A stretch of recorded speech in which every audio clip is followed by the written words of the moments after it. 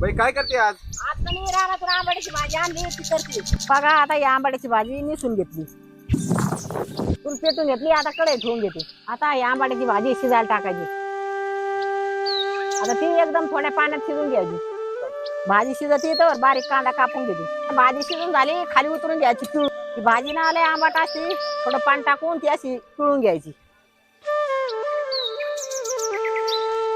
भाजी शिजून घेतली, आता वाटण काढून घेते. थोड्याशा हिरव्या मिरच्या घेतल्यात, 15 लसणाच्या कांड्या घेतल्यात, चवीनुसार मीठ घ्यायचं. हे वाटण एकदम सोपं आहे आणि असं बिगर पाण्याचं वाटून घ्यायचं. तेल गरम झालंय, आता कापलेला कांदा बारीक ते आता परतून घ्यायचा. आता हे वाटलेलं वाटण याच्यात काढून घ्यायचं. भाजी कांदा परतून घेतला, आता भाजी पण त्याच्यात परतून घ्यायची. भाजी कांद्याबरोबर अशी चांगली परतून घ्यायची. आपली आंबाड्याची भाजी तयार झाली. थोडी आंबट असते, थोडी तिखट आणि खायला एकदम भारी लागते.